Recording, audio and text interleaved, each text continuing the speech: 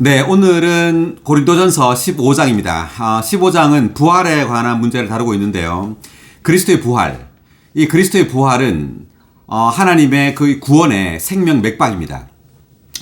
사도행전을 보면 사도들은 그리스도의 부활, 예수의 부활을 전파했다고 말합니다. 즉 하나님의 창조를 전파한 것이 아니라 예수 그리스도의 부활을 전파했습니다. 즉 하나님의 구원은 그리스도의 부활과 관련되어 있다는 거죠.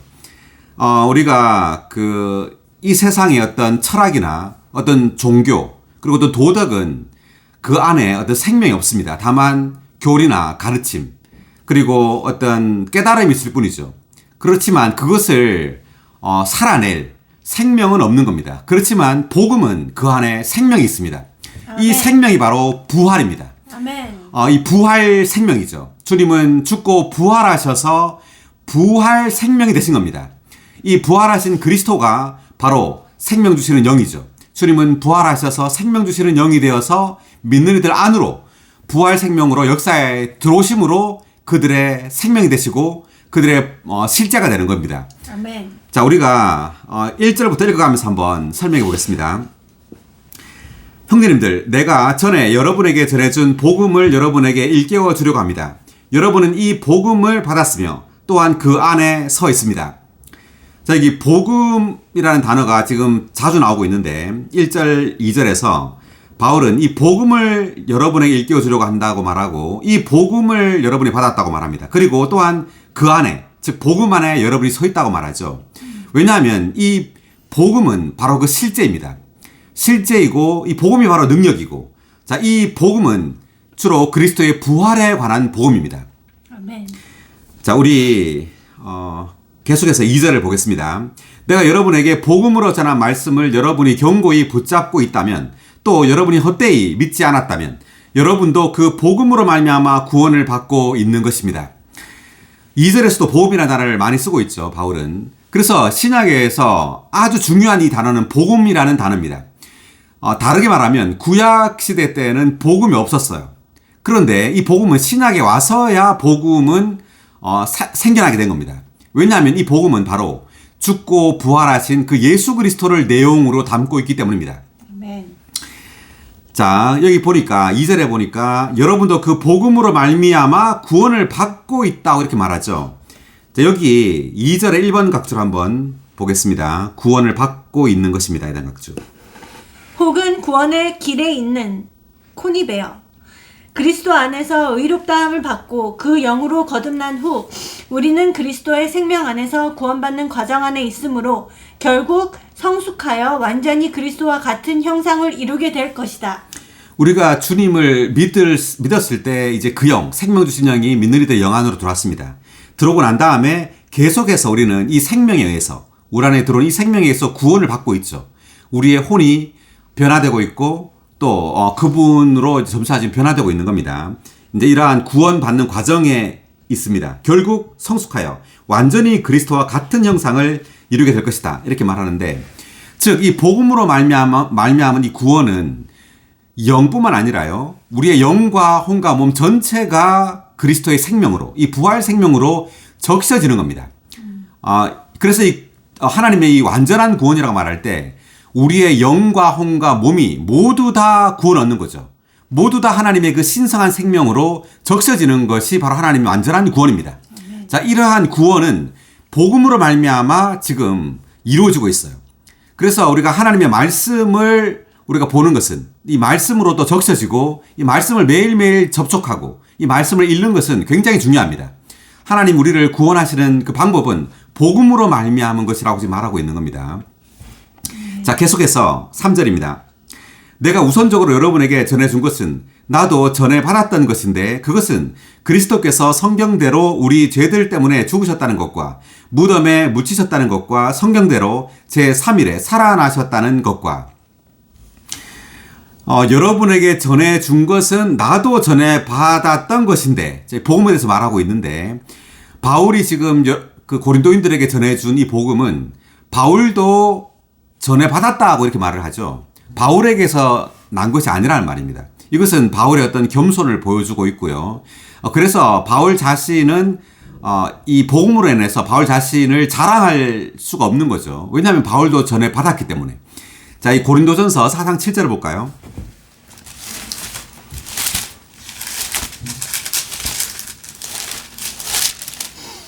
누가 그대를 남과 다르게 구별하였습니까? 그대에게 있는 것 중에 받지 않은 것이 무엇입니까? 그대가 받았다면 왜 받지 않은 것처럼 자랑합니까? 네, 여기 이제 바울이 이제 글을 쓰고 있는데, 여기서 바울과 이제 아볼로를 계속 설명하면서, 바울이든 아볼로든 이 바울과 아볼로가 전한 이러한 복음은 전부 다 받은 것이라는 거죠. 바울과 아볼로, 게바 그 스스로에게서 나는 것이 아니라는 겁니다. 그러므로 그들은 자랑할 것이 없다는 겁니다. 왜 바울이 이런 말을 썼느냐 하면 고린도인들이 이러한 사역자들을 높였기 때문이죠. 그러므로 바울은 지금 여기 고린도전서 15장에서도 나도 전에 받았던 것이다 이렇게 겸손하게 말을 하고 있는 겁니다. 자, 그리고 3절 보니까 그것은 그리스도께서 성경대로 우리 죄들 때문에 죽으셨다는 것과, 자, 그리스도가 성경대로 죽었다. 이 말은 성경의 그 초점이 바로 그리스도라는 것을 의미합니다.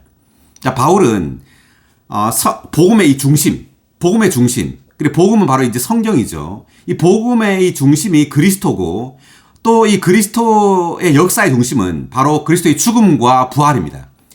성경대로 우리 죄들 때문에 죽으셨다는 것, 이제 그리스도의 십자가에서 우리의 죄들 때문에 죽으셨다는 것을 말하고 있고요.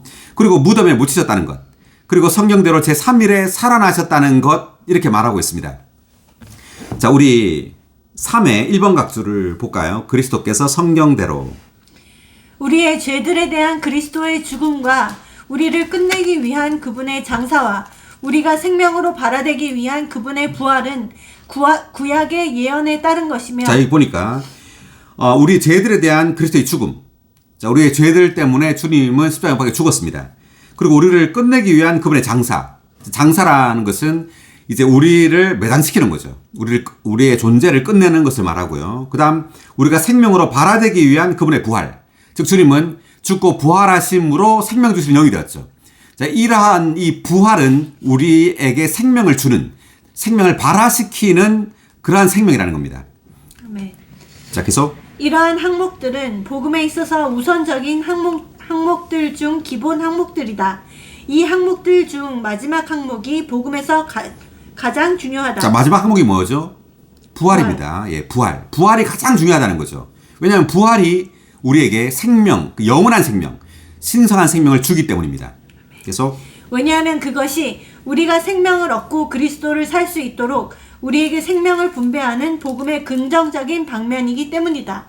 그래서 복음에서 가장 중요한 것은 바로 그리스도의 부활입니다. 주님은 죽고 부활하여 생명 주시는 영이 되었다고 이제 이 15장 45절에서 말하고 있는데, 우리가 조금 이따가 보겠지만 이 15장 45절은 굉장히 중요한 구절이에요. 주님께서 부활하심으로 그 부활의 실제인 생명 주시는 영이 되었다고 바울이 언급하고 있습니다. 자, 계속 5절입니다. 게바에게 나타나시고 다음에 12제자에게 나타나셨다는 것입니다. 그 다음에 500명이 넘는 형제들에게 일세 나타나셨는데 그들 중 대부분이 지금까지 살아있고 더러는 잠들었습니다 라고 나오죠. 그러니까 주님은 이제 죽고 부활하여 하늘로 올라갔을 뿐, 하늘로 다만 올라간 것이 아니라 주님은 지금 이 땅으로 와서 주님의 부활한 몸을 지금 보여주고 있죠. 먼저 게바에게 나타났다 그러고, 그 다음 12제자에게 나타났다 그랬습니다. 그리고 500명이 넘는 형제들에게 동시에 나타났죠. 네, 그리고 실제 보니까 그 다음에 그분은 야고보에게 나타나셨고, 그 다음에는 모든 사도들에게 나타나셨으며, 마지막으로는 팔석동이 같은 나에게도 나타나셨습니다. 이때 나타났다는 것은 다만 영만 나타난 게 아니죠. 영혼 몸을 가진, 영적인 몸을 가진 몸으로 이들에게 나타난 겁니다. 그래서 주님께서 이렇게 부활한 몸으로 이들에게 나타났기 때문에 이 사도들은 부활의 증인들이 된 겁니다. 실제로 봤기 때문에 이 부활한 몸을. 자, 그 다음 보겠습니다. 9절. 자, 9절. 나는 사도들 중 가장 작은 자요. 하나님의 교회를 박해하였으므로 사도라 불릴 자격이 없는 자입니다. 자, 바울은 자기 자신을 사도들 중 가장 작은 자라고 말했고요.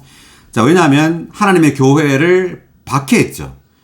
그 사도행전 9장에 보면 그 다마스쿠스로 이제 가던 도중에 이제 바울이 주님을 만났는데 다마쿠스로 왜 갔냐면 믿는 이들을 잡아가지고 이제 가두려고 그리고 죽이려고 이렇게 갔던 거죠. 그래서 하나님의 교회를 박해했었습니다. 그러므로 사도라고 불릴 자격이 없는 자라고 자신을 이렇게 말하고 있는데 이러한 사도 바울에게도 주님이 나타났다는 겁니다. 그분의 이제 부활을 보여주기 위해서. 10절. 그러나 지금의 내가 된 것은 하나님의 은혜로 된 것이니 나에게 주신 그분의 은혜가 헛되지 않았던 것입니다. 나는 모든 사도들보다 더 많이 수고하였습니다. 그러나 그것은 내가 아니라 나와 함께 하신 하나님의 은혜였습니다. 아멘. 아멘. 10절 다 같이 읽어볼까요? 그러나 지금의 내가 된 것은 하나님의 은혜로 된 것이니 나에게 주신 그분의 은혜가 헛되지 않았던 것입니다. 나는 모든 사도들보다 더 많이 수고하였습니다. 그러나 그것은 내가 아니라 나와 함께한 하나님의 은혜였습니다. 아멘. 자, 여기서 두 가지죠. 바울의 지금 존재, 지금의 내가 된 것은 하나님의 은혜로 됐다. 이 말은 바울의 그 존재도 하나님의 은혜에 의해서 조성되었단 말이고요. 그 다음에 바울은 수고를 했죠. 그렇지만 이 수고 또한 하나님의 은혜였다고 말합니다. 그러니까 우리의 존재도 하나님의 은혜로 적셔져야 되고 또 우리의 바깥으로 하는 수고도 그 일도 하나님의 은혜에 의한 것이어야 한다는 말이죠. 아멘. 이때 하나님의 은혜를 언급했는데 이 은혜가 뭘까요? 그리스도. 네, 부활하신 그리스도입니다. 아멘. 이 부활하신 그리스도가 바로 하나님의 은혜예요. 주님은 이 사도들에게 나타났을 뿐만 아니라 이 부활하신 그분이 바로 사도들의 존재 안으로 역사에 들어가서 아멘. 사도들의 그 존재로 조성된 겁니다. 그리고 사도들의 그 일과 함께 하신 거죠. 그래서 사도들은 하나님의 일을 할 때조차도 그들의 어떤 능력이나 그들의 지혜로 한 것이 아니라 하나님의 은혜로 이 모든 하나님의 일을 했던 겁니다. 자, 여기 10에 그 1번 각주를 보니까 하나님의 은혜에 대한 각주 읽어볼까요? 2절에 3번 언급된 은혜는 부활하신 그리스도이다.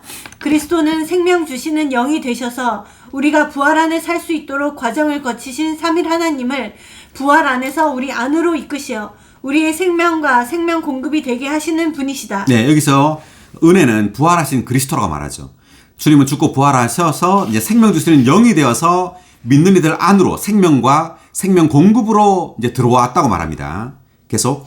그러므로 은혜는 우리에게 생명과 모든 것이 되시는 3일 하나님이다. 네, 그러므로 은혜는 우리에게 생명과 모든 것이 되시는 3일 하나님이다. 계속. 아멘. 죄인들의 우두머리인 다소의 사울이 가장 앞선 사도가 되어 모든 사도들보다 더 많이 수고한 것은 바로 이 은혜로 말미암은 것이었다.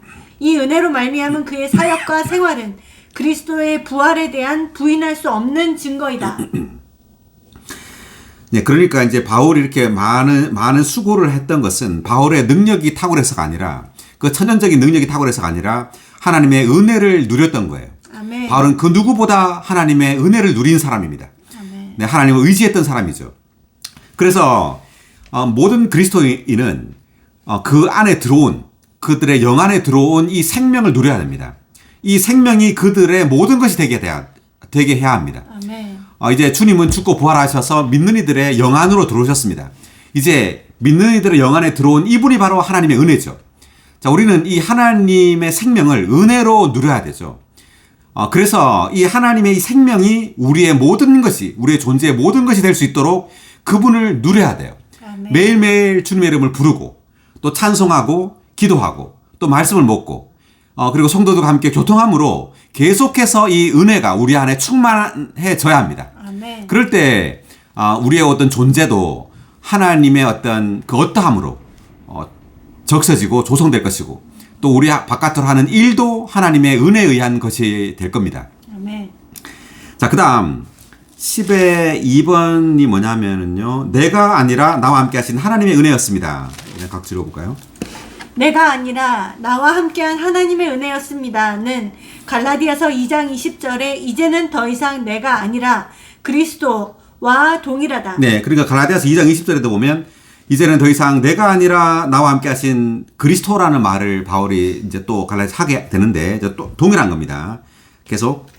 사도를 밀어내고 사도 안에서 운행했던 은혜는 어떤 사물이 아니라 살아계신 인격, 즉 하나님 아버지의 체현이신 부활하신 그리스도였다. 네, 여기서 사도를 밀어내고란 말은 이제 사도 이 바울 자신의 어떤 능력이나 능력이나 어떤 지혜, 탁월한 어떤 그 명철, 이러한 것을 사용하지 않고 이제 하나님의 은혜, 사도 바울 안에서 운행했던 이 하나님의 은혜에 의해서 바울은 살고 그리고 행동했단 말이죠. 그래서 사도를 밀어내고 사도 안에서 운행했던 은혜는 어떤 사물이 아니라는 겁니다. 어떤 사물이나 다만 능력이 아니에요. 이것은 인격입니다. 네, 우리 안에 들어오신 분은 살아있는 인격이에요. 자, 살아계신 인격, 즉 하나님 아버지의 체현이신 부활하신 그리스도였다. 아멘. 계속. 그분은 모든 것을 포함하신 생명 주시는 영이 되시고 사도 안에서 그의 모든 것으로서 사신 분이셨다. 아멘. 할렐루야. 아멘. 네, 그래서 바울은 이제 10절에서 이제 주님은 죽고 부활하셔서 이제 사도들과 또 많은 500명 넘는 형제들에게 이제 나타났다고 이제 증언을 했고요. 그리고 사도 바울에게도 나타났다고 말을 하죠. 그리고는 이제 사도 바울의 그 존재가 하나님의 은혜로 조성되었다고 말하고, 그리고 사도 바울의 어떤 일들도 자신의 능력이나 자신의 어떤 지혜로 하지 않고 하나님의 은혜에 의해서 이 많은 수고를 했다고 바울이 말을 하고 있습니다. 이 은혜는 바로 생명 주시는 영이신 부활하신 그리스도 그분 자신입니다. 아멘. 자, 그 다음 11절. 그러므로 나나 다른 사도들이나 다 이렇게 전파하니 여러분도 이렇게 믿은 것입니다. 그리스도께서 죽은 사람들 가운데서 살아나셨다고 선포되고 있는데 어떻게 여러분 중에 어떤 사람들은 죽은 사람들의 부활이 없다고 말합니까? 자, 12절 다시 한번 읽어볼까요? 그리스도께서 죽은 사람들 가운데서 살아나셨다고 선포되고 있는데 어떻게 여러분 중에 어떤 사람들은 죽은 사람들의 부활이 없다고 말합니까? 아멘. 그러니까 여기 이제 고린도 성도들 가운데 이제 이런 사람이 있었다는 거죠. 죽은 사람들의 부활이 없다고 말하는 사람들이 있었다는 거예요. 그러니까 즉 이 죽은 사람들, 이 사람들이라고 말할 때 이 사람이 죽으면 어떻게 다시 부활할 수 있느냐 이런 뜻입니다. 그렇지만 예수 그리스도도 부활했다는 거죠. 자, 이 말은 예수 그리스도가 사람으로서 부활했다는 뜻이에요. 만약에 다만 하나님으로서 부활했다면 우리와는 상관이 없게 되는 겁니다. 다만 신성이 부활했다. 이것은 우리와 아무 상관이 없는 거죠. 그렇지만 인성이, 즉 사람이 부활했다는 것은 우리와 관련이 되는 거예요. 그러므로 예수 그리스도가 사람으로서 부활했다는 것을 이제 사도들이 전파하고 다니는 겁니다. 그렇기 때문에 의미가 있는 겁니다. 부활이. 사람이신 그리스도가 부활했기 때문에 이 그리스도의 부활은 의미가 있는 겁니다. 아멘. 자, 여기 12에 그 1번 각주를 보면 죽은 사람들의 부활에 대한 각주를 읽어볼까요? 2장에서 사도는 죽은 사람들의 부활이 없다고 하는 고린도 사람들의 이단적인 말을 다루었다. 고린도 사람들은 사두개인과 같았다. 네, 사두개인이 이제 마태복음 우리가 했었는데 22장에 보면은 사두개인들이 부활도 없고 천사도 없고 영도 없다 이렇게 말을 하죠. 자, 이것은 그 부활이 없다. 이것은 뭐 사후세계 뭐 이런 걸 안 믿은 거예요. 쉽게 말하면. 그러니까 이 세상에서 잘 먹고 잘 살자. 이런 겁니다. 하나님의 은혜로. 뭐. 그러니까 하나님의 창조는 믿었을지라도, 이제 하나님의 어떤 부활을 믿지 않았다는 것을 말합니다. 그러니까 구약 성경을 보면 부활에 대한 암시도 있고 어떤 예표가 많이 있죠. 그렇지만 이러한 것을 믿지 않았다는 거예요. 그러니까 다만 그 어떤 은유적인 표현이라고 생각을 하지 실제로 사람이 부활할 수 있다는 것을 믿지 않은 겁니다. 이 사두개인들이. 마찬가지로 이 지금 고린도의 사람들도 사두개인들처럼 이제 부활을 믿지 않았다는 것을 의미합니다. 계속. 이것이 고린도 사람들 가운데 있는 10번째 문제였다. 이것은 부활에 관한 후메네오와 빌레도의 이단보다 더 심하게 하나님의 신약 경륜을 손상하고 파괴하는 것이다. 그러니까 이제 디모데후서 2장 여기 나와 있는데 17, 18절에 보면 후메네오와 빌레도의 이단. 자, 이게 왜 그러냐면 이 사람들은 부활이 이미 지나갔다고 말을 합니다. 그래서 이것보다 더 심하다는 거죠. 부활 자체가 없다고 믿으니까. 그 다음. 부활은 신성한 경륜의 생명 맥박이고 생명선이다. 자, 뭐라고요? 부활은 신성한 경륜의 생명 맥박이고 생명선이다. 부활이 없다면, 즉 부활 생명이 없다는 거죠. 그렇다면 이것은 다만 이론에 지나지 않습니다. 다만 교리에 지나지 않게 되는 거예요. 실제가 없게 되는 거예요. 그 부활은 바로 실제입니다. 자, 부활은 이 부활 생명을 가리키는 겁니다. 그래서 부활이 없으면 여기 보니까 만약 부활이 없다면 하나님은 살아있는 사람들의 하나님이 아니라 죽은 사람들의 하나님이실 것이다 이렇게 말하죠. 계속해서 읽어볼까요? 만일 부활이 없다면 하나님은 살아있는 사람들의 하나님이 아니시라 죽은 사람들의 하나님이실 것이다.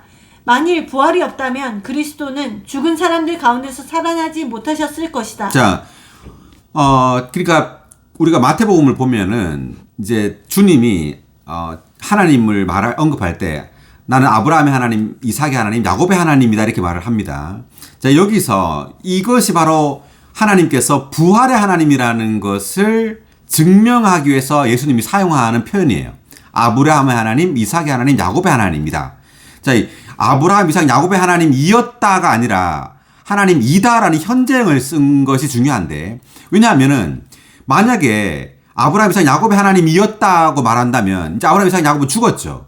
그러니까 죽었기 때문에 하나님은 죽은 사람들의 하나님이 되는 거예요. 그렇지만 아브라함, 이삭, 야곱의 하나님이다라고 말할 때 이 현재형을 썼다는 것은 아브라함, 이삭, 야곱이 죽지 않고 부활한다는 것을 말하는 겁니다. 그렇기 때문에 여기서 지금 바울이 이렇게 말하는 거고요. 만일 부활이 없다면 그리스도는 죽은 사람들 가운데 살아나지 못하셨을 것이다 이렇게 말하는 것은 그리스도가 바로 사람이라는 것을 말하는 거예요. 자, 왜냐하면 그리스도는 죽은 사람들 가운데서 살아나지 못하셨을 것이다 라는 말은 신성이 부활했다면 그리스도의 부활은 의미가 없는 겁니다. 그렇지만 그리스도가 부활했다는 것은 인성, 사람이신 그리스도가 부활했기 때문에 이것이 중요한 거예요. 네, 계속. 또한 그분은 영원토록 살아계시며 철저히 구원하실 수 있는 살아계신 분이 아니라 죽은 구주이실 것이다. 부활이 없다면 그분의 죽음으로 말미암아 우리가 의롭게 되었다는 살아있는 증거도 없고 생명의 분배와 거듭남과 새롭게 됨과 변화와 그리스도의 형상과 같은 형상을 이루는 것이 모두 없을 것이다. 자, 왜 없느냐 하면은요. 그러니까 의롭게 됨, 생명의 분배, 거듭남, 새롭게 된 변화, 그리스도 같은 형상을 이루는 것. 이 모든 것이 부활 생명에 의해서 다 발생을 해요. 아멘. 네, 부활 생명에 의해서 이 모든 것이 발생하는데 만약 부활하지 않았다면 이 모든 것들이 다 뭐죠? 다 아무것도 없다는 거죠. 이런 것들이. 다 발생하지 않게 되는 거예요. 자, 계속. 부활이 없다면 그리스도의 지체들도 그리스도의 충만인 그리스도의 몸도 그리스도의 신부인 교회도 없을 것이며 따라서 새 사람도 없을 것이다. 부활이 없다면 하나님의 신약 경륜은 완전히 무너지고 하나님의 영원한 목적도 헛되게 될 것이다. 그러니까 하나님의 신약 경륜, 하나님의 영원한 목적은 모두 다 이 생명, 부활 생명에 의해서 수행됩니다. 아멘. 네, 주님은 부활하셔서 다만 하늘로 올라갔을 뿐만 아니라요. 부활하셔서 부활 그 자체가 된 거예요. 부활의 그 실제가 된 겁니다. 아멘. 부활 생명이 된 거죠. 이 부활의 그 실제, 그 부활 생명이 바로 생명 주시는 영입니다. 자, 그 다음 13절 계속 읽겠습니다. 죽은 사람들의 부활이 없다면 그리스도도 살아나지 못하셨을 것입니다. 왜냐하면 사람이기 때문에 그리스도가 사람이시기 때문에 죽은 사람들이 부활이 없으면 그리스도도 못 살아나는 거죠. 사람이니까 그리스도도. 14절 그리스도께서 살아나지 못하셨다면 우리가 전파하는 것이 공허한 것이고 여러분의 믿음도 공허한 것이며 이렇게 되죠. 그러니까 그리스도가 살아나지 못했으면 우리가 전파하는 복음이 다 공허하다는 겁니다. 우리의 믿음도 다 공허하게 돼 버리는 거예요. 또 그리스도가 죽었는데 우리의 믿음이 무슨 소용이 있어요? 우리가 부활하지 못한다면 우리가 왜 믿는 거죠 도대체? 그렇게 되는 겁니다. 15절 우리는 하나님의 거짓 증인들로 판명될 것입니다. 왜냐하면 죽은 사람들이 참으로 살아난 일이 없다면 하나님께서 그리스도를 살리지 않으셨을 것인데 그런데도 우리는 하나님께서 그리스도를 살리셨다고 증언하였기 때문입니다. 자, 하나님의 거짓 증인들로 판명된다. 이 말은 사도들은 예수 그리스도의 부활한 걸 봤다고 지금 증언하고 있죠. 근데 부활하는 일이 없는데 너희들 어떻게 봤냐? 이런 말이죠. 너 거짓말하고 있네? 이렇게 지금 그런 말을 하고 있는 거고요. 그러니까 부활하신 그리스도의 그 몸을 보지 못했는데 봤다고 지금 거짓말하는 격이 되는 거죠. 그리고 우리는 그 하나님께서 그리스도를 살리셨다고 이제 증언을 하고 있다 이렇게 말을 하고요. 자, 그 다음 16절. 죽은 사람들이 살아난 일이 없다면 그리스도도 살아나지 못하셨을 것입니다. 그리스도께서 살아나지 못하셨다면 여러분의 믿음은 헛된 것이고 여러분은 여전히 죄들 가운데 있는 것입니다. 그렇다면 그리스도 안에서 잠든 사람들도 멸망한 것입니다. 부활하지 못하니까 다 멸망했다는 거죠. 그리스도가 죽었는데, 그죠? 살아나지 못했는데 그리스도 안에서 믿음을 가지고 잠든 이들도 당연히 부활하지 못하고 멸망한 거죠. 19절. 그리스도 안에서 우리가 바라는 것이 단지 이 세상 삶에만 있다면 우리는 모든 사람 가운데 가장 불쌍한 사람입니다. 자, 여기 자 19절에 1번 각조 한번 읽어보겠습니다. 만일 부활이 없다면 우리에게는 장래도 없을 것이고 우리의 영광의 소망이신 그리스도, 영원한 축복의 목, 천년 왕국에서 그리스도와 함께 왕으로서 다스리는 것, 의인들이 부활할 때 얻게 될 보상과 같은 장래에 대한 소망도 없을 것이다. 이 모든 소망이 우리의 부활과 연결되어 있다. 네. 그래서 장래에 발생할 우리의 어떤 축복, 영원한 축복 이러한 것들이 다 부활과 연결되어 있다는 말입니다. 20절. 그러나 이제 그리스도는 죽은 사람들 가운데서 살아나셔서 잠든 사람들의 첫 열매가 되셨습니다. 아멘. 다시 한번.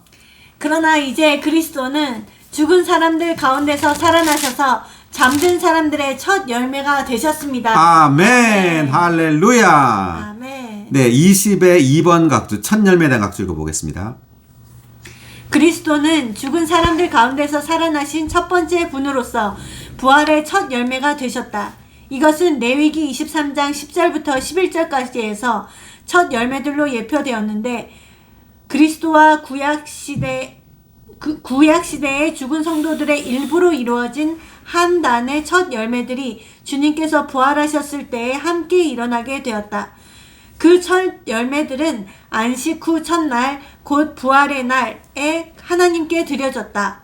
부활의 첫 열매이신 그리스도는 그 몸의 머리가 되시기 위해 죽은 사람들 가운데서 가장 먼저 나신 분이 되셨다. 몸의 머리이신 그리스도께서 부활하셨기 때문에 몸인 우리도 또한 부활할 것이다. 아멘. 할렐루야. 자, 그리스도의 부활이 중요한 것은 그리스도가 머리이시죠. 그리스도가 머리시기 때문에 몸인 우리 또한 부활한다는 말입니다. 아멘. 그러니까 머리가 부활하기 때문에 몸 또한 부활한다. 그래서 몸의 머리이신 그리스도께서 부활하셨기 때문에 몸인 우리도 또한 부활할 것이다. 할렐루야. 네. 그래서 첫 열매란 말은 그 이후에 많은 열매들이 있단 말이죠. 이런 많은 열매들이 바로 믿는 이들인 우리입니다. 네. 자, 그 다음 21절. 죽음이 사람을 통하여 왔기 때문에 죽은 사람들의 부활도 사람을 통하여 왔습니다. 자, 죽음이 사람을 통하여 왔다 할 때 이 사람이 누구죠? 아담이죠. 아담을 통하여 죽음이 왔다는 겁니다. 그리고 죽은 사람들의 부활도 사람을 통하여 왔다. 이때 사람은 누구죠? 그리스도입니다. 이 두 번째 사람은 그리스도를 말하는 거예요. 자, 그리스도를 사람이라고 표현했죠. 그러므로 사람으로서 부활하는 것이 중요한 겁니다. 아멘. 네, 그리스도는 사람으로서 부활했기 때문에 이제 모든 인류, 예수 그리스도를 믿는 모든 사람도 부활한다는 겁니다.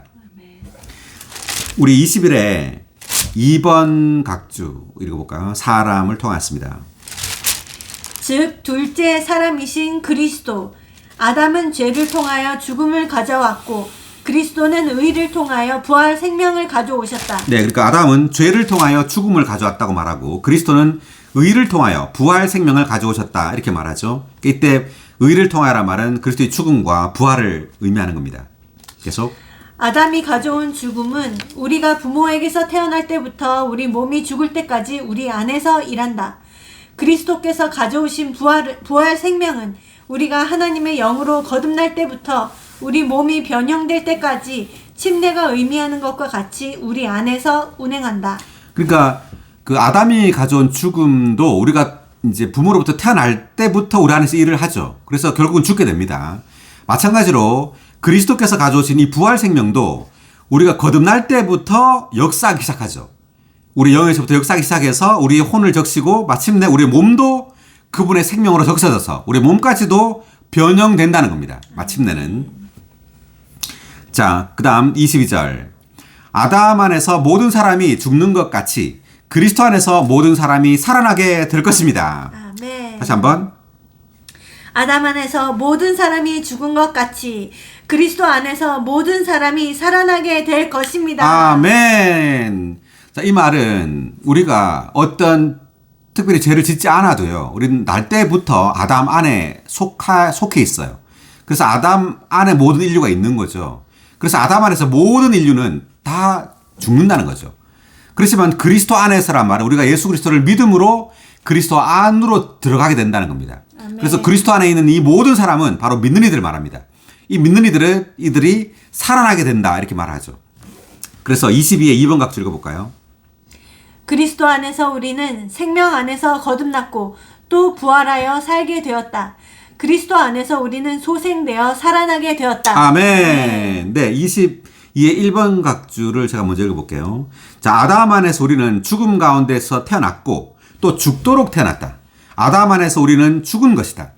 자, 그렇지만 그리스도 안에서 우리는 생명 안에서 거듭났고 또 부활하여 살게 되었다. 그리스도 안에서 우리는 소생되어 살아나게 되었다. 아멘. 할렐루야. 아멘. 놀랍습니다. 우리는 이제 그리스도 안에 있습니다. 아멘. 자, 그 다음 23절. 그러나 각 사람이 자기 차례대로 될 것이니 먼저는 첫 열매이신 그리스도이시요. 그 다음은 그리스도께서 오실 때에 그분께 속한 사람들입니다. 자, 먼저는 첫 열매이신 그리스도가 이제 부활했고요. 그 다음은 그리스도가 오실 때 그분께 속한 사람들, 이 속한 사람들은 믿는 이들을 말하는 겁니다. 자, 믿는 이들이 그 다음 이제 부활한단 말이고, 24절. 그 다음은 끝인데, 그때 그리스도께서 모든 통치와 모든 권세와 능력을 없애버리시고, 왕국을 그분의 하나님, 곧 그분의 아버지께 넘겨드리실 것입니다. 아멘. 자, 24절 다시 한번 읽어볼까요? 그러나 각 사람이 24절. 그 다음은 끝인데 그때 그리스도께서 모든 통치와 모든 권세와 능력을 없애버리시고 왕국을 그분의 하나님 곧 그분의 아버지께 넘겨드리실 것입니다. 아멘. 자, 4절을 한번 우리가 좀 볼 필요가 있는데 24에 1번 각주 끝인데 할 때 이 끝에 대한 각주. 앞절에서는 부활의 순서가 언급된다. 먼저는 그리스도이고 그 다음은 그리스도께 속한 사람들이다.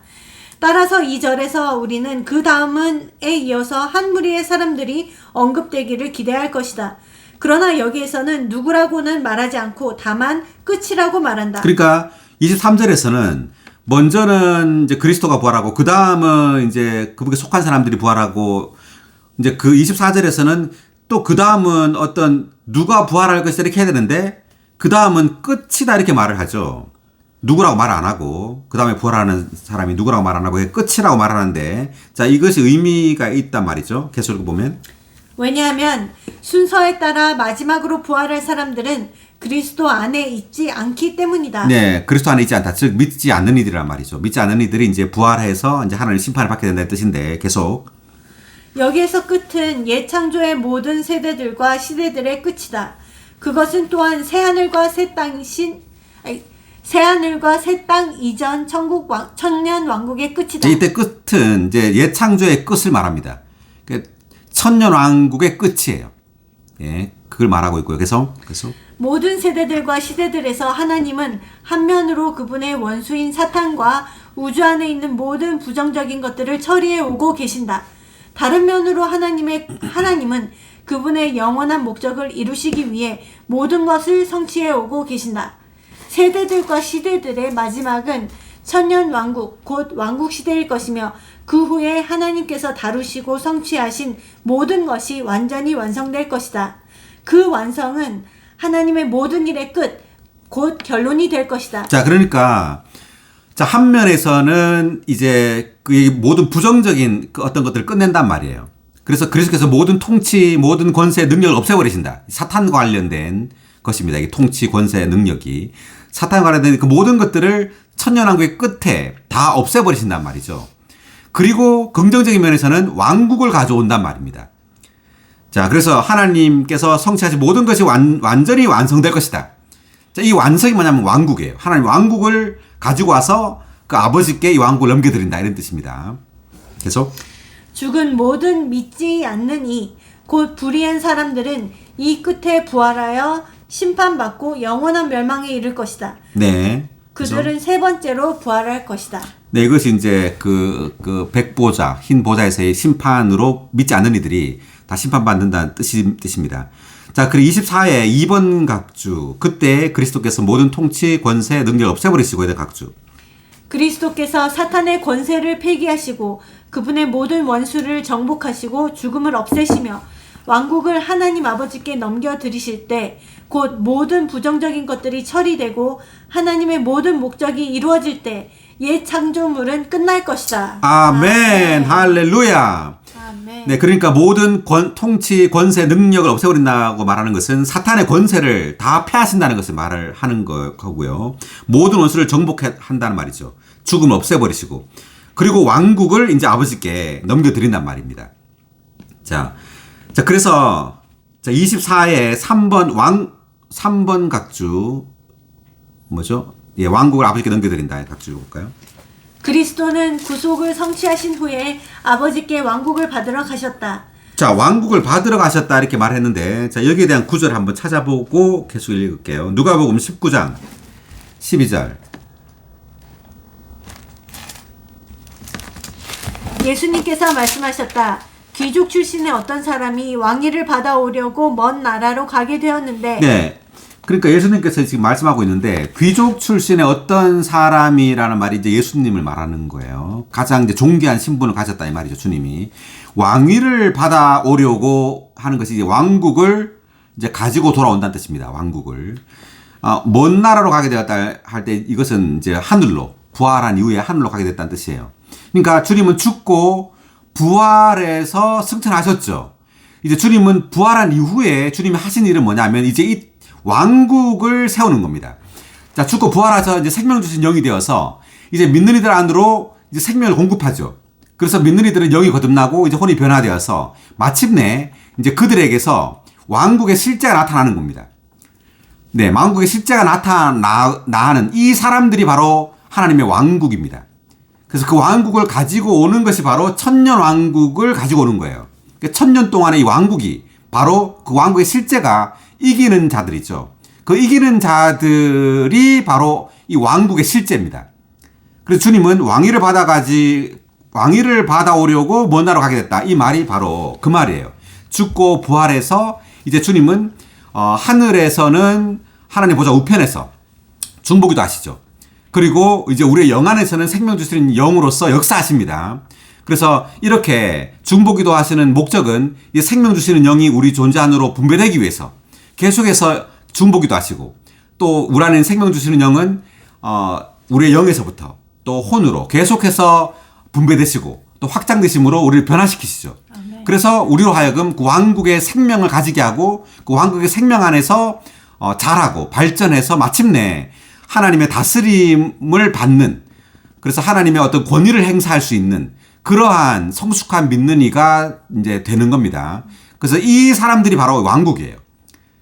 이제 그걸 이제 가지고 온단 말이죠. 자, 계속해서 네. 자, 계속 돌아와서 15장 24절에 3번 각주 계속 읽었죠. 계속 읽어볼까요?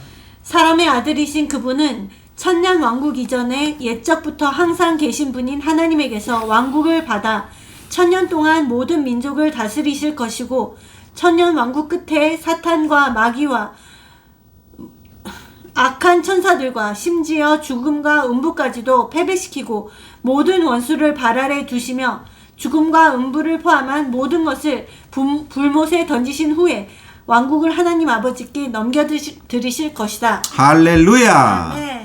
네, 놀랍습니다. 그러니까 이 왕국은 사실상 주님이 이제 다시 돌아오시죠. 천년 왕국 전에 돌아오셔서 이제 이기는 이들과 함께 천년 동안 왕으로서 다스리는 것, 이것이 바로 천년 왕국입니다. 네, 이기는 이들과 함께 하는, 그리스도와 모든 이기는 이들이 함께 이제 왕국 안에서 다스리게 되는 겁니다. 그래서 천년 동안 이제 주님은 이렇게 사탄, 마귀, 악한 천사들, 죽음과 음부까지 이제 다 패배시키고 모든 원수를 발 아래 이제 두시고 죽음과 음부를 포함한 모든 것을 불못에 던지시죠. 이것이 천년왕국의 끝에 이제 다 완성이 되죠. 그럴 때 왕국을 하나님 아버지께 넘겨드린다. 이 말은 이제 완전히 이제 왕국이 완성이 된다는 것을 말해요. 천년왕국의 끝에 이렇게. 그럴 때 이제 하나님께 왕국을 이제 넘겨드릴 것이다. 이런 뜻입니다. 자, 그다음 자, 그래서 지금 바울이 왕국을 이제 부활을 말하면서 이제 왕국을 언급한 이유는 바로 이 왕국은 부활의 어떤 실제를 통해서 왕국이 온다는 말이에요. 아멘. 자, 우리가 이 부활의 실제를 누려야 됩니다.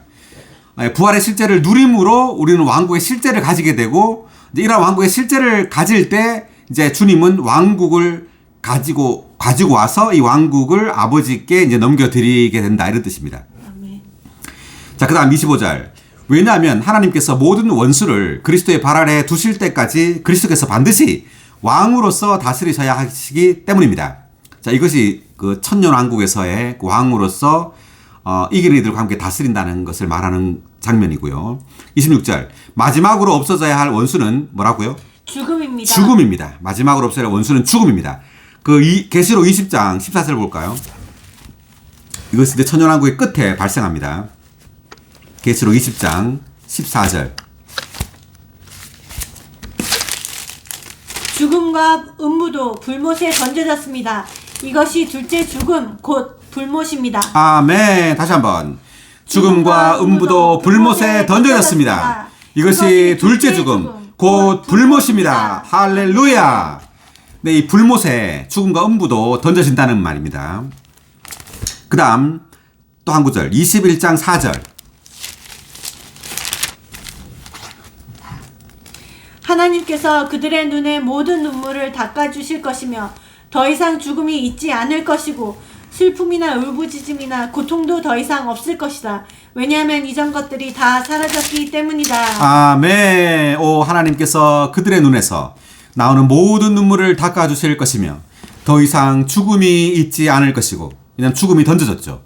죽음이 불못에 던져졌기 때문에 죽음이 없다는 겁니다. 아멘. 슬픔이나 울부짖음이나 고통도 더 이상 없을 것이다. 아멘. 오, 슬픔, 울부짖음, 고통 더 이상 없을 것입니다. 아멘. 왜냐하면 이전 것들이 다 사라졌기 때문이다. 아멘. 할렐루야. 여기 4의 1번 각주 읽어볼까요?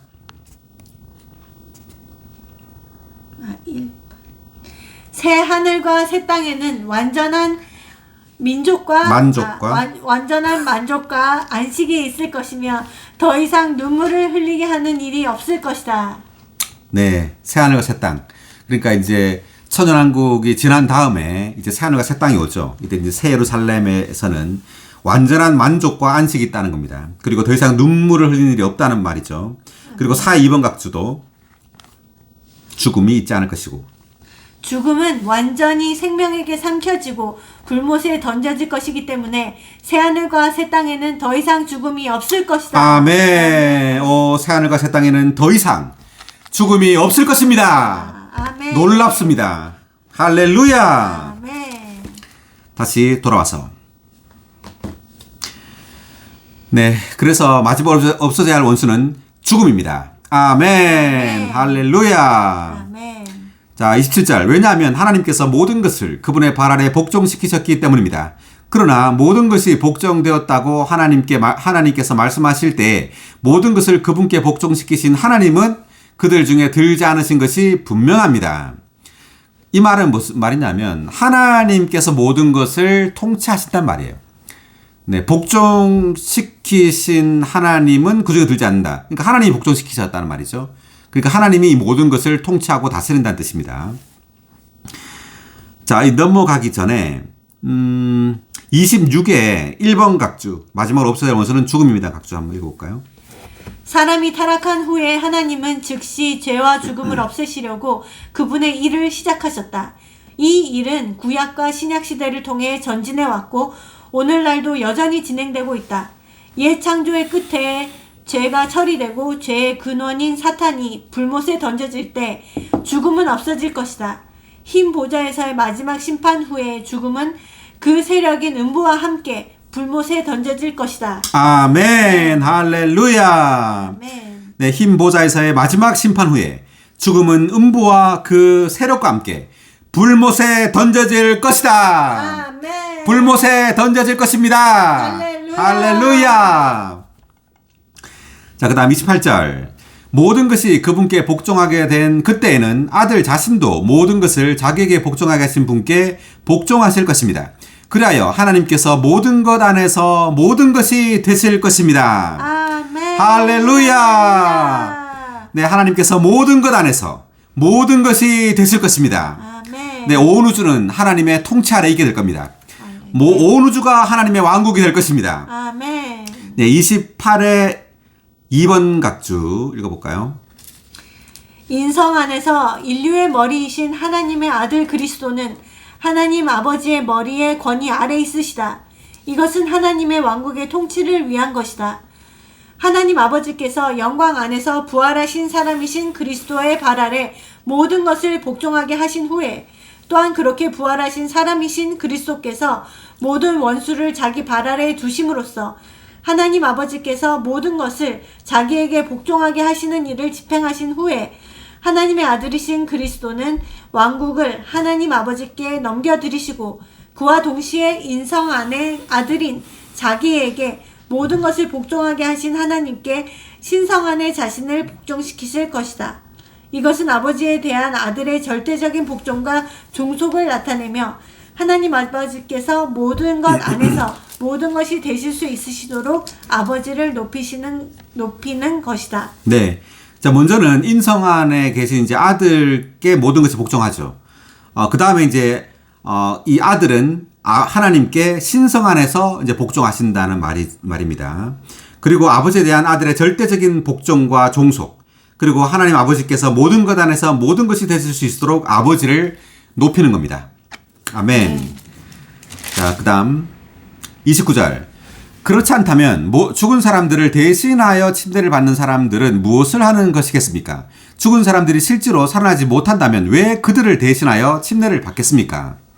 자, 29절은 여기 좀 이상한 말이죠. 죽은 사람들을 대신하여 침례를 받는 사람들이라고 말했는데 이 말은 뭐냐면 살아있을 때 주를 믿었어요. 근데 살아있을 때 침례를 받지 않은 사람들입니다. 그래서 이 사람들을 대신하여 침례를 받는다는 거죠. 어떤 사람들이. 이런 어떤 실행들이 있었다는 말이에요. 고린도에. 자, 이것을 한번 볼까요? 29의 2번 각주를 한번 읽어볼까요? 이것은 틀림없이 초대 교회들 가운데 일반적으로 실행했던 공식적인 실행이 아니라 개별적인 믿는 이들이 행했던 것으로서 주님을 믿었으나 죽기 전에 침례를 받지 못한 사람들, 즉 그들이 관심했던 죽은 사람들을 위해 행한 개인적인 실행이었을 것이다. 자, 그러니까 이 실행은 공식적인 실행이 아니었을 거라는 거죠. 개별적인 믿는 이들이 했던 것인데 이제 주님을 이제 믿었으나 죽기 전에 침례를 받지 못한 사람들을 위해서 이제 어떤 사람들이 대신 침례를 받는다 이런 뜻입니다. 계속. 그들은 주님께서 돌아오실 때 죽은 사람들이 부활하리라는 소망으로 이것을 행했다. 예, 그러니까 이제 죽은 사람들이 부활하리라는 소망을 가지고 침례를 이렇게 했다. 이 말은 이제 침례가 부활을 상징하기 때문에요. 죽음을 상징하기도 하지만 또 부활을 상징하기도 하죠. 죽음과 부활을 상징하기 때문에 이 침례는 바로 부활에 대한 소망에 대한 표시라는 겁니다. 침례가. 그다음 왜냐하면 침례는 부활을 분명하게 상징하기 때문이다. 사도는 부활의 진리를 확증하기 위해서 그들이 행한 것을 사용했다. 그러나 이것은 그가 어떤 믿는 이들이 죽은 사람을 대신하여 침례받는 것을 인정했다는 뜻은 아니다. 그러니까 사도는 바울을 말하는데 바울은 부활의 진리를 확증하기 위해서 이러한 그들이 행한 것을 이렇게 사용했단 말입니다. 부활의 진리를 확증하기 위해서. 그렇지만 이것이 어떤 믿는 이들이 죽은 사람을 위해 침례받는 것을 인정한다는 뜻은 아니다. 이렇게 말을 했습니다. 그 다음 30절. 왜 우리 또한 매시간 위험을 무릅쓰겠습니까? 형제님들, 내가 우리 주 그리스도 예수님 안에서 가지고 있는 여러분에 대한 나의 자랑을 두고 단언하는데 나는 날마다 죽습니다. 다시 한번. 네. 형제님들, 내가 우리 주 그리스도 예수님 안에서 가지고 있는 여러분에 대한 나의 자랑을 두고 단언하는데 나는 날마다 죽습니다. 자, 이 날마다 죽는다 이렇게 말했는데 이것은 바울은 매일매일이 어떤 죽음을 무릅쓴 그러한 어떤 복음 전파였어요. 그러니까 바울은 죽음을 무릅쓰고 이렇게 복음을 전파한 이유는 뭐죠? 부활을 믿었기 때문입니다. 부활이 없다면 죽음을 무릅쓰고 이렇게 안 한다는 거죠. 그러니까 매일 날마다 죽음을 무릅쓰면서 이 복음을 전한 것은 이 부활에 대한 어떤 믿음이 있었다는 말을 의미하고요. 그리고 우리 주 그리스도 예수님 안에서 가지고 있는 여러분에 대한 나의 자랑이라고 말을 했는데, 그러니까 바울은 날마다 죽는 이러한 어떤 위험과 어떤 고난, 이러한 것들을 쓴 것을 이렇게 자랑한다고 말했지만 그리스도 예수님 안에서 이렇게 자랑한다고 말을 했죠. 자, 이것은 우리가 아까 고린도서 15장 10절에서 봤던 것처럼 내가 다른 모든 사도들보다 더 많이 수고했지만 내가 아니라 뭐죠? 하나님의 은혜. 네, 하나님의 은혜라고 말했습니다. 그러니까 이것은 그러니까 바울 자신을 드러내는 게 아닙니다. 그러니까 하나님의 은혜에 의해서 이 모든 것을 했기 때문에 바울이 이러한 말을 할 때조차도 바울 자신이 드러나지 않고 다만 주님이 드러나고 높여지는 거예요. 아멘. 근데 어떤 사람들은 교회 안에서 많은 교회 봉사도 하고 수고도 하고 뭐 헌신도 하고 뭐 이렇게 할 때 뭐 간증을 하죠. 간증을 하기도 하는데 이러한 간증이 필요하기도 하지만 어떤 경우는 이제 자기를 어떤 자랑하고 높이는 경우가 있어요. 내가 이런 걸 했다 이렇게 또 어떤 자부심을 가지고 이렇게 할 수가 있는데 그래서는 안 되고요. 우리는 다만 이 모든 것들이 하나님의 은혜라는 것을 우리가 깨달아야 합니다. 아멘. 네, 자랑할 것이 없죠. 아멘. 자, 31회 1번 각주 먼저 읽어볼까요? 여기에서 사도는 부활에 관해 말하면서 주님의 일을 하며 얻은 체험, 특별히 그리스도의 부활이 자신에게 끼친 영향을 사용하여 부활의 문제를 확증했다. 생명의 위험을 무릅쓰고 얻은 열매였던 고린도 사람들에 대한 사도의 자랑은 자기 자신 안에서가 아니라 부활하신 그리스도 안에서 한 것이었다. 예, 여기서 이제 생명의 위험을 무릅쓰고 얻은 열매였던 고린도 사람들에 대한 사도의 자랑 이렇게 말하죠. 그러니까 고린도 교회가 세워지고 그리고 그들을 이렇게 목양하고 또 복음을 전파하고 이러한 것들은 생명을 건 것이었다는 말입니다. 예. 그래서 이것은 이 사도의 자랑은 자신 안에서가 아니라 부활하신 그리스도 안에서 한 것이었다라고 말하죠. 자, 이것은 다만 말로만 이렇게 한 것이 아니고요. 실제로 바울이 이렇게 말을 했을 때는 바울이 드러나는 것이 아니에요. 네, 주님이 드러나는 겁니다. 네, 주님께 영광을 돌리게 되는 거죠. 아멘. 그다음. 왜냐하면 그들을 위해 수고하며 죽음의 위험을 무릅쓴 것은 자신으로 말미암은 것이 아니라 부활하신 그리스도로 말미암은 것이었기 때문이다. 아멘. 그래서 바울이 이렇게 날마다 이렇게 죽을 무릅쓰고 복음을 전하고 또 이들을 목양하고 이랬던 것은 다 부활하신 그리스도, 즉 하나님의 은혜에 의해서 이 모든 것들을 했다는 말입니다. 아멘. 자, 그다음 31의 2번 각주도 한 번 더 나의 자랑에 대한 각주. 고린도에 믿는 이들은 사도가 생명의 위험을 무릅쓰고 수고하여 얻은 열매였다. 그들 가운데서 사도는 이것을 자랑할 수 있었다. 이렇게 자랑하면서 사도는 날마다 죽었다고, 즉 날마다 죽음의 위험에 처했고 죽음에 직면했으며 자아에 대해 죽었다고 단언했다. 그러니까 외적으로도 바울은 어떤 생명의 위험을 무릅쓰고 했고요. 또 내적으로도 바울은 자아에 대해 죽었다. 이 말은 자신을 관심하지 않았다는 거죠. 예, 나의 어떠함을 전혀 고려하지 않고 이러한 복음과 또 고린도에서 이러한 수고를 했단 말입니다. 그 다음 32절. 내가 사람들이 흔히 하는 대로 에베소에서 사나운 짐승들과 싸웠다면 나에게 무슨 유익이 있겠습니까? 죽은 사람들이 살아나지 못한다면 내일 죽게 될 것이니 먹고 마시자 라고 할 것입니다. 그러니까 죽은 사람들이 살아나지 못한다면 내일 죽게 될 것이니, 이 말은 죽으면 끝이라는 말이죠. 끝이니까 오늘 잘 먹고 잘 살자 이런 뜻입니다. 자, 여기 32의 1번 각주 읽어볼까요? 그 당시 사람들은 일시적인 보상을 얻기 위해 악한 사람들이나 악한 일들에 대항하여 싸웠다. 그러나 사도는 복음을 위하여 악한 사람들과 악한 일들과 싸울 때 그렇게 싸우지 않았다. 오히려 그는 장래 부활할 때의 보상을 얻기 위해 높은 소망을 따라 싸웠다. 네. 그러니까 그러니까 장래의 부활할 때 보상을 위해 높은 소망을 따라서 이렇게 이제 에베소에 이제 사나운 짐승들과 싸웠다는 말이고요. 여기 32의 3번 각주 들어볼까요? 내일 죽게 될 것을 먹고 마시자. 이것은 당시에 유행하던 말, 즉 쾌락주의자들의 격언을 인용한 것 같다. 만일 부활이 없다면 우리 믿는 이들은 장래에 대한 소망이 없고 모든 사람 가운데 가장 불쌍한 사람일 것이다. 만일 부활이 없다면 쾌락주의자들이 했던 것처럼 장래를 잊어버리고 우리의 인생을 즐기는 것이 더 낫다. 네, 쾌락주의자들의 이제 격언이 이제 내일 죽게 될 것이니 먹고 마시자. 이러한 격언을 인용한 것 같다. 이렇게 바울이 여기 이제 말을 했고요. 그러니까 이제 에베소에서 사나운 짐승들 할 때 이 사나운 짐승들은 이제 정말 동물을 말하는 게 아니라 악한 사람들 또 악한 일들을 지금 상징하는 그런 비유적인 표현입니다. 그 다음 33절. 미혹되지 마십시오. 악한 사람과 사귀는 것은 좋은 행실을 부패시킵니다. 술 취한 데에서 깨어나 의롭게 되어 죄를 짓지 마십시오. 왜냐하면 여러분 가운데 하나님을 알지 못하는 이들이 있기 때문입니다. 내가 여러분을 부끄럽게 하려고 이 말을 합니다. 그러니까 부활이 없다고 믿는다면 이제 사후세계가 없죠. 심판도 없는 겁니다. 그렇기 때문에 살아있을 때 즐겁게 기쁘게 쾌락을 누리며 살면서 이제 사는 겁니다. 그죠? 그 말을 하는 거죠. 그래서 악한 사람들과 사귀는 것은 존에서 부패시킨다. 미혹되지 마십시오. 이 말 한 것이 여기 33회 1번 각주 읽어볼까요? 이것은 아까 33회 1번 각주 맞아. 계속 읽어봐요. 이것은 그 당시에 유행하던 말, 곧 헬라시의 한 부분을 인용한 것 같다. 사도는 이 말로 고린도에 믿는 이들에게 부활이 없다고 말하는 이단자들과 사귀지 말라고 경고했다. 그렇게 악한 사람과 사귀는 것은 그들의 믿음과 그리스도인의 미덕을 부패시킬 것이다. 네, 그러니까 믿음 그리고 그리스도인의 미덕을 부패시킨다. 그러니까 이러한 것들이 무슨 소용이냐 이거죠.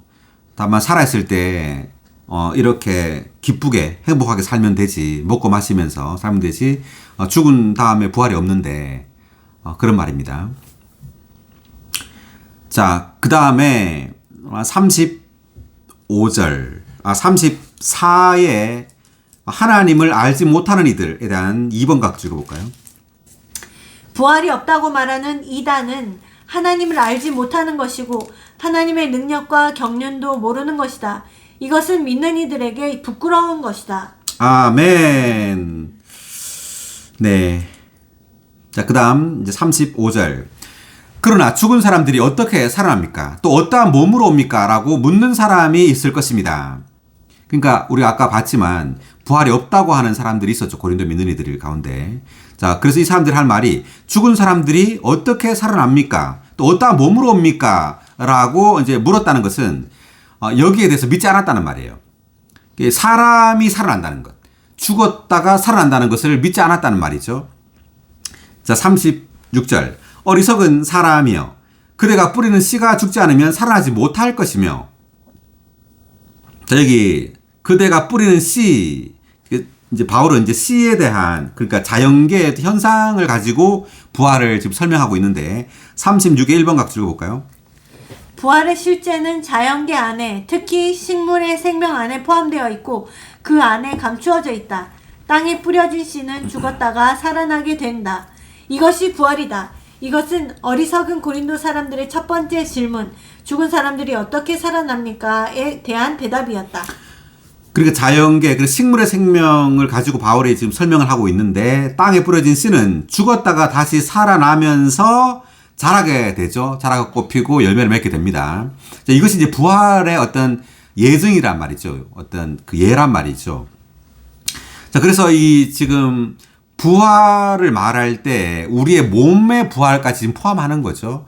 영혼만 부활하는 게 아니에요. 몸까지 부활해야 완전한 부활입니다. 그 데살로니가 전서 5장 23절에 보면 여러분의 온 영과 혼과 몸이 다 거룩하게 이제 되어야 된다고 이렇게 말을 하죠. 그러니까 영, 혼, 몸. 그러니까 사람은 세 부분으로 되어 있어요. 영과 혼과 몸. 그래서 이 세 부분 모두가 부활하는 것이 다 거룩하게 되는 것이 하나님의 완전한 구원입니다. 만약에 몸이 부활하지 않으면 하나님은 불완전하게 우리를 구원하는 거예요. 그러니까 몸까지 부활해야 완전한 구원이 되는 겁니다. 자, 그 다음 37절. 또 그대가 뿌리는 것은 장차 생겨날 형체를 뿌리는 것이 아니라 다만 밀이나 다른 곡식의 알맹이일 뿐입니다. 그러나 하나님은 뜻하신 대로 씨앗의 형체를 주시는데 각 씨앗의 그 고유한 형체를 주십니다. 네, 그러니까 어떤 생명에는 형체가 있단 말이에요. 그러니까 사람은 다만 영과 혼이 있을 뿐 아니라 영과 혼을 담는 형체가 몸이 있는 거죠. 그래서 이 몸까지도 주님은 부활시켜서 부활한 몸을 갖게 한다는 겁니다. 아멘. 네, 38의 1번 형체에 대한 각주 읽어볼까요? 땅에 뿌려져 죽은 형체가 아니라 하나님께서 주신 다른 외형과 더 높은 수준의 부활한 형체이다. 이것은 고린도 사람들의 어리석인 질문, 또 어떠한 몸으로 옵니까?에 대한 대답이었다. 그러니까 사람이 죽으면 이 몸이 썩죠. 썩은 몸이 어떻게 부활하냐는 거죠. 또 어떠한 몸으로 부활하겠느냐 이런 말입니다. 그럴 때 지금 바울은 예를 들어서 어떤 수박의 씨를 심었다고 하죠. 그렇다면 이 씨를 볼 때 수박을 상상할 수가 없죠. 그렇지만 이 씨가 땅에서 떨어져 죽고 부활해서 자라고 꽃을 피우고 열매를 맺을 때 아주 영광스러운 어떤 형체를 가지게 되는 겁니다. 그와 같이 이 부활한 형체도 그렇다는 거죠. 우리의 어떤 이 낮은 몸이 지금은 이 혼적인 몸, 낮은 몸이에요. 비천한 몸이라고 바울이 빌립보서에 말을 하는데 이 비천한 몸으로 죽어서 썩지만 부활할 때에는 비천한 몸으로 부활하는 게 아니라는 거죠. 영광의 몸으로 부활한다는 겁니다. 썩지 않을 몸으로 부활한다는 거죠. 아멘. 놀랍습니다. 자, 39절. 자, 모든 육체가 다 같은 육체는 아닙니다. 사람의 육체가 있고 가축의 육체가 있고 새 육체가 있고 물고기의 육체가 있습니다. 또한 하늘에 속한 형체도 있고 땅에 속한 형체도 있습니다. 그런데 하늘에 속한 형체의 영광이 다르고 땅에 속한 형체의 영광이 다릅니다. 해의 영광이 다르고 달의 영광이 다릅니다. 별들의 영광도 다른데 왜냐하면 별과 별의 영광이 다르기 때문입니다. 죽은 사람들의 부활도 이와 같습니다.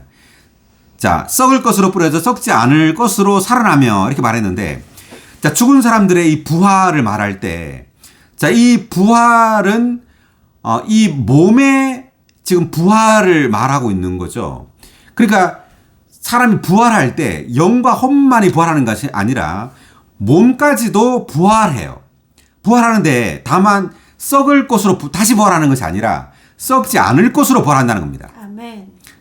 자, 그 다음 욕된 것으로 뿌려져 영광스러운 것으로 살아나며 약한 것으로 뿌려져 능력 있는 것으로 살아나며 혼적인 몸으로 뿌려져 영적인 몸으로 살아납니다.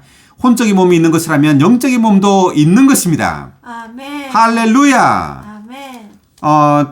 지금 42절부터 해서 44절까지 보면 우리가 죽고 이제 부활할 때 어떠한 몸으로 부활하는지를 지금 나오죠. 썩지 않을 것으로 이제 부활하고 첫 번째. 그다음 영광스러운 것으로 부활하고 그다음 능력 있는 것으로 부활하고 영적인 몸으로 부활한다고 말합니다. 자, 이것이 바로 우리의 이제 부활하여 갖게 되는 우리의 형체예요. 놀랍습니다. 아멘. 자, 이 44절에 1번 각주 혼적인 몸, 영적인 몸에 대한 각주 읽어볼까요? 혼적인 몸은 혼이 그 생명인 타고난 몸이며 혼이 지배하는 몸이다. 영적인 몸은 영으로 적셔진 부활한 몸이며 영이 지배하는 몸이다.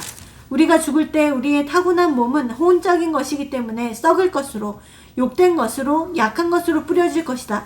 즉 장사될 것이다.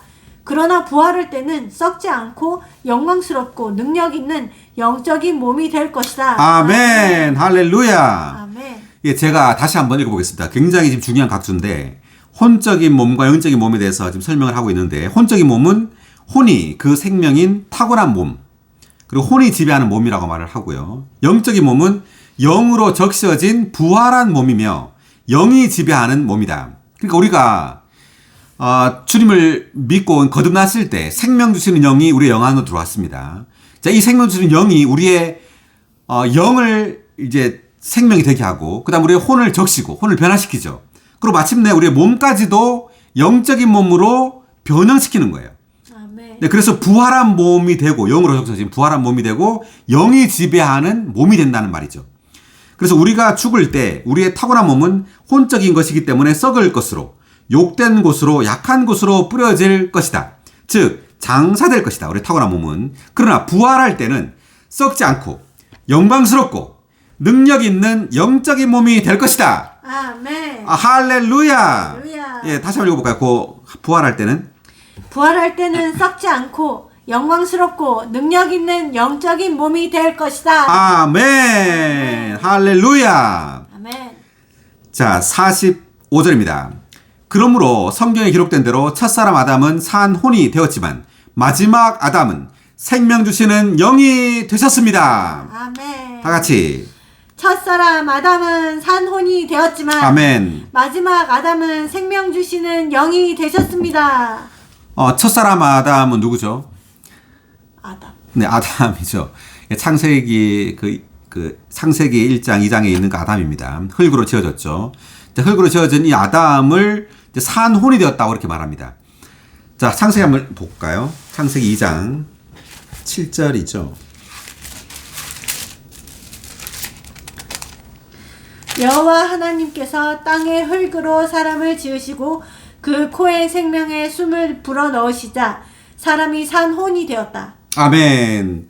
그러니까 흙으로 지었죠. 이 흙은 이제 사람 바깥에 있는 몸을 이제 구성하고요. 그 다음에 그 코에 생명의 숨을 불어넣었다 할 때 이 생명의 숨은 사람의 영이 됩니다. 영. 그리고 이제 마침내 이제 사람의 영과 그리고 흙으로 된 이 몸이 이게 결합되면서 혼이 산출됩니다. 그래서 이 사람이 산혼이 되었다 이렇게 말을 하고 있는데 나중에 한번 이건 각주를 읽어봐야 되겠네요. 어쨌든 산혼이 되었다 이렇게 말하는 것은 사람의 이제 혼이 중심인 이제 혼적인 몸을 가진 그러한 혼이 지배하는 사람이 되었다는 뜻입니다. 이게 그렇지만 마지막 아담은 뭐가 되었단 말이죠, 바울이? 생명 주시는 영이 되셨습니다. 너무 중요한 구절인데 마지막 아담이라는 표현부터 보면 이 마지막 아담이라는 말은 예수님이 십자가에 못 박힐 때 아담으로서 십자가에 못 박혔단 말이에요. 그러니까 옛사람 아담으로 십자가에 못 박힘으로 아담을 십자가에서 종결했다는 뜻입니다. 아멘. 십자가에서 심판하고 아담을 끝냈다는 뜻이에요. 그러므로 예수님은 마지막 아담이세요. 마지막 아담으로 십자가에서 못 박혀 죽었단 말이고요. 아멘. 예수님은 죽고 부활하심으로 뭐가 됐단 말이죠? 생명 주시는 네, 영. 생명 주시는 영이 됐단 말입니다. 자, 지금 이제 여기까지 부활에 대해서 말하고 있는 장이죠. 그러므로 마지막 아담이 생명 주시는 영이 되었다라고 말할 때 이 된 때는 언제냐면 부활함으로 된 거예요. 아멘. 주님은 부활함으로 이제 생명 주시는 영이 되었다고 말합니다. 아멘. 첫사람 아담은 이 혼이 중심인 혼적인 몸을 가진 사람이지만 이제 마지막 아담이신 예수 그리스도는 부활함으로 영이 중심인 영적인 몸을 가진 사람이 된 이 생명 주신 영이 된 겁니다. 아멘. 그래서 이때 영은 몸이 없단 말이 아니에요. 영적인 몸을 가진 영과 혼과 몸을 다 가진 영이 되었다는 뜻입니다. 아멘. 네, 그 영혼 몸이 다 영이란 말이죠. 네, 그런 뜻이에요. 자, 우리 한번 각주부터 읽고 보겠습니다. 45의 1번 각주. 아담은 창조로 말미암아 산혼이 되어 혼적인 몸을 갖게 되었다. 그리스도는 부활로 말미암아 생명 주시는 영이 되어 영적인 몸을 갖게 되셨다. 산혼인 아담은 타고난 사람이고 생명 주시는 영이신 그리스도는 부활하신 분이다. 먼저 그리스도는 육체 되심 안에서 구속을 이루기 위해 육체가 되셨다.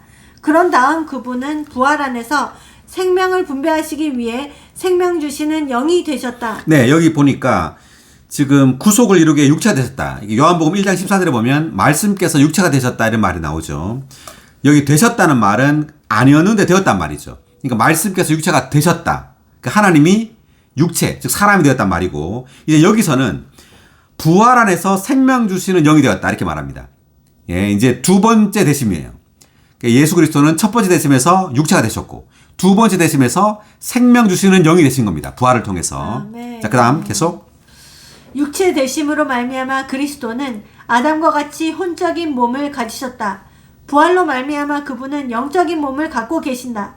그분의 혼적인 몸은 부활로 말미암아 영적인 몸이 되었다. 네, 여기 보니까 육체 되심으로 말미암아 그리스도는 아담과 같이 혼적인 몸을 가지셨다 이렇게 돼 있죠.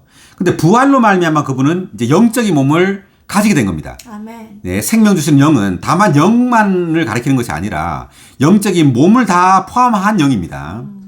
네, 그래서 주님은 생명 주시는 영이 된 이후에 제자들에게 나타났죠. 네. 영적인 몸을 가지고 다 보인 겁니다. 이렇게 뭐 못자국도 만져보라 그러고 몸을. 자, 이것은 몸을 가진 존재예요. 이 생명 주시는 영은. 그다음 그분은 이제 부활 안에서 영적인 몸을 가지신 생명 주시는 영으로서 믿는 이들이 받아들일 수 있도록 준비되어 있으시다. 우리가 그리스도 안으로 믿어 들어갈 때 그분은 우리 영 안에 들어오시며 우리는 생명 주시는 영이신 그분과 연결된다. 예, 여기 보니까 지금 마지막 아담은 생명 주시는 영이라고 바울이 표현했습니다. 그러니까 life giving spirit이에요. 다만 생명의 영이라고 표현하지 않았죠. 여기서는 생명의 영이라는 단어는 그 로마서 8장 2절에 나옵니다. 생명의 영의 법이라고 나오죠. 그래서 여기서는 생명의 영이 되었다 말 안 하고 생명 주시는 영이라 life giving 준다는 표현을 썼어요. 여기서 분배를 말하는 겁니다. 주님은 부활하심으로 이제 생명을 분배하는, 생명을 주는 아주 능동적인, 적극적인 분배하는 영이 되었다는 뜻입니다. 아멘. 근데 우리가 주님을 믿을 때 이제 주님의 영은 생명을 분배하러 우리 안에 들어오는 거예요. 아멘. 근데 이 영원한 생명, 이 신성한 생명을 주기 위해서 영이 들어온다는 말이죠. 네, 그래서 우리의 영은 지금 생명입니다. 아멘. 네, 이 생명 주시는 영에 의해서 우리의 영은 생명이고 이 영이 또 우리의 혼으로 생명을 주죠. 생명을 분배합니다. 그러므로 우리의 혼도 지금 생명으로 적셔지고 있는 겁니다. 아멘. 마침내 우리의 몸까지도 이제 영광의 몸으로 부활할 때 이 몸까지도 이 생명의 영에 의해서 이 생명 주시는 영에 의해서 적셔짐으로 우리의 몸도 영광의 몸, 영적인 몸이 되는 거죠. 아멘. 네, 계속 따라서 우리는 그분과 한 영이 된다.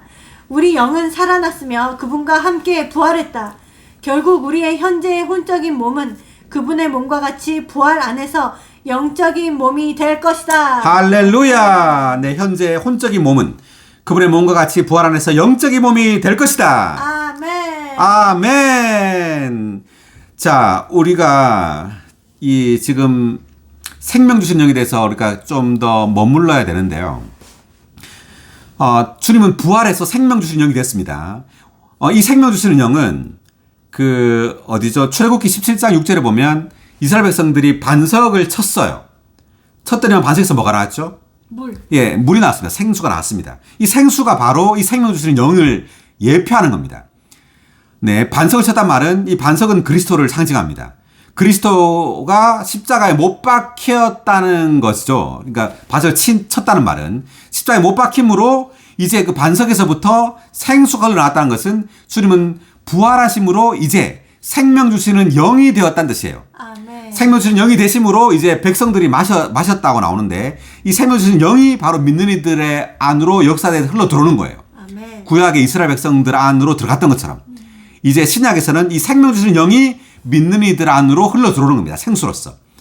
네. 그리고 또 하나의 그 구약의 예표를 보면 구약의 예표가 아니라 사도행전 2장을 보면요. 오순절 날에 성령이 쏟아 부어지죠. 자, 이 성령의 쏟아 부어짐도 바로 이 생명 주시는 영입니다. 주님은 죽고 부활하여 생명 주시는 영이 됨으로 오순절 날 믿는 이들에게 쏟아 부어지는 겁니다. 네. 자, 그리고 그 요한복음 7장 39절을 보면 한번 볼까요? 요한복음 7장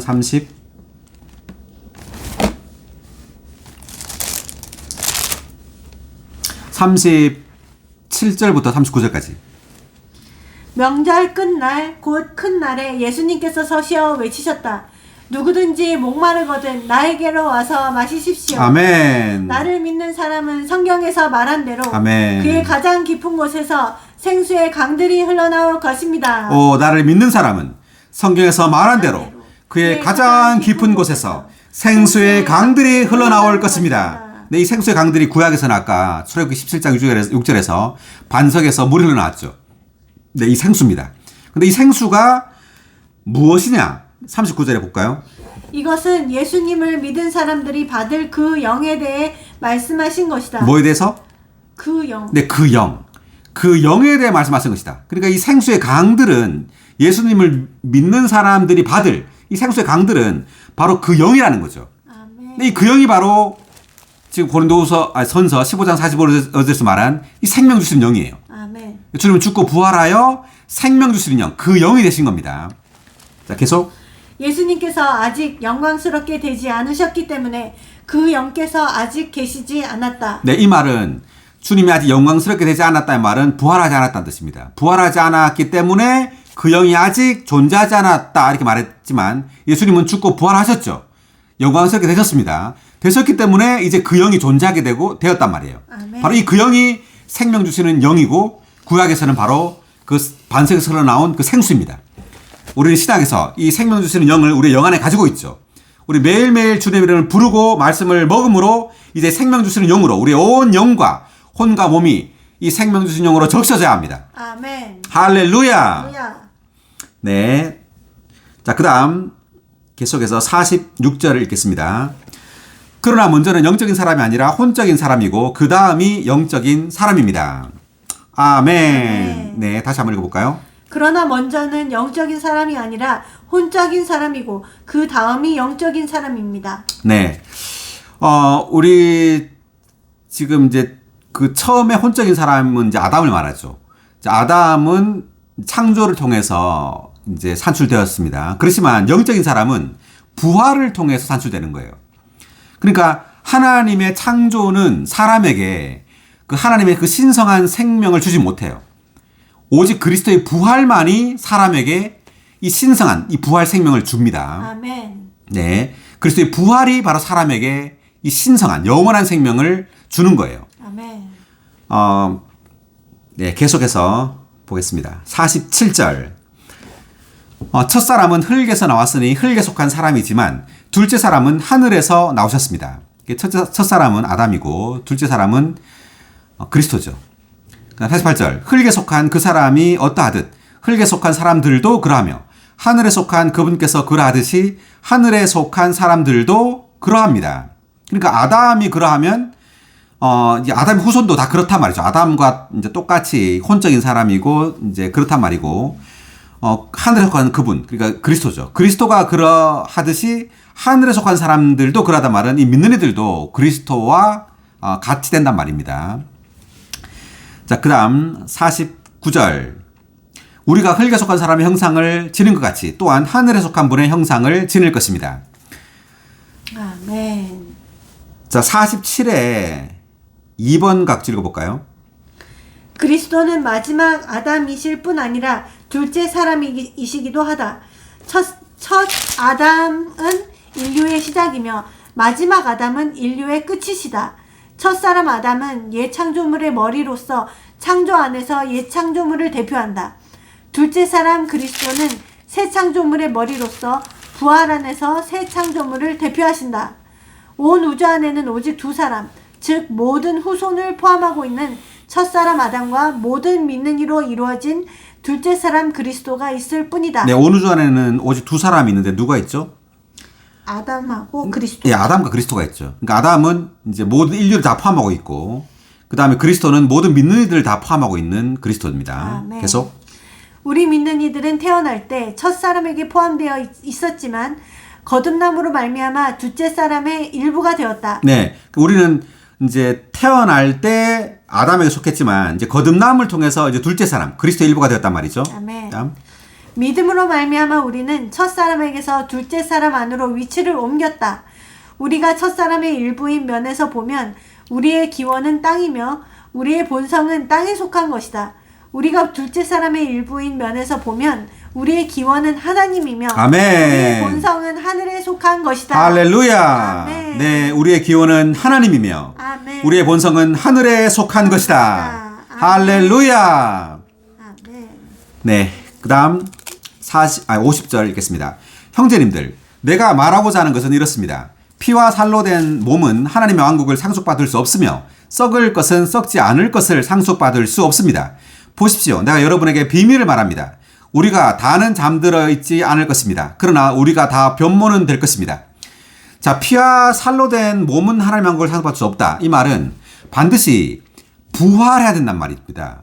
네, 부활을 통해서 우리는 하나님의 왕국을 상속받을 수 있단 말이에요. 아멘. 네, 그래서 우리는 주님을 믿음으로 이 부활 생명을 받은 거예요.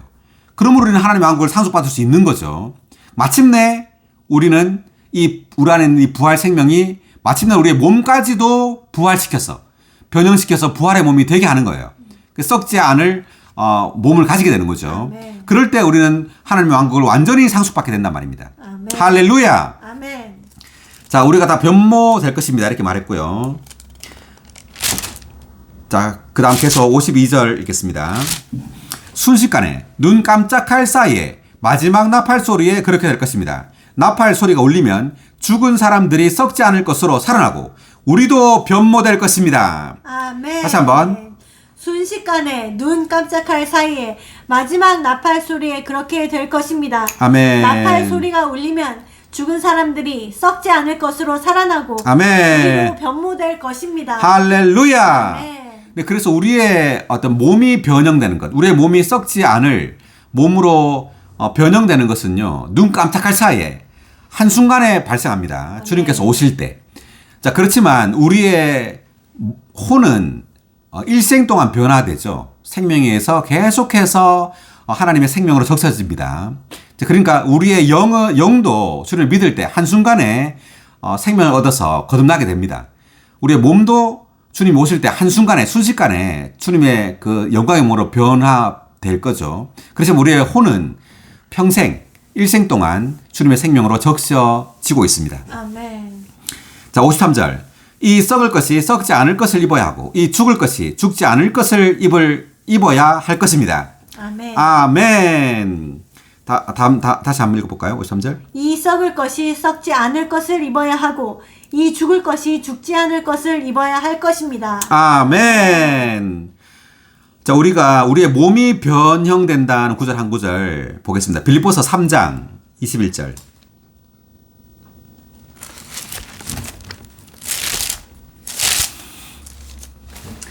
그분은 만물을 자기에게 복종시키실 수 있는 자신의 운행에 따라서 우리의 비천한 몸을 변형시켜 그분의 영광의 몸과 같은 형상이 되게 하실 것입니다. 아멘. 우리의 비천한 몸을 변형시켜 그분의 영광의 몸과 같은 형상이 되게 하실 것입니다. 아멘. 네, 우리가 가진 지금 혼적인 몸은 비천한 몸이라고 바울이 말하고 있습니다. 이 비천한 몸을 변형시킨다는 거죠. 아멘. 네, 하나님의 그 능력으로 변형시켜서 그분의 영광의 몸과 같은 형상이 되게 한단 말입니다. 자, 여기 21의 3번 각 읽어볼까요? 우리의 몸이 변형되는 것은 하나님의 구원의 최종 완결이다.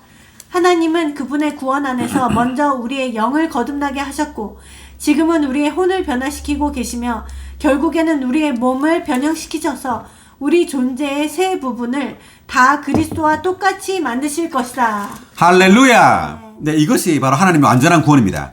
아멘. 그러니까 우리의 몸이 변형되는 것이 바로 하나님의 구원의 최종 완결이죠. 아멘. 먼저는 우리의 영을 거듭나게 하죠. 그 다음에 우리의 혼을 변화시키고 계십니다. 지금. 그리고 마침내 우리의 몸을 변형시켜서 우리의 온 존재, 우리의 영과 혼과 몸을 다 그리스도와 똑같이 만드실 것입니다. 아멘. 이것이 하나님의 완전한 구원입니다. 할렐루야. 할렐루야.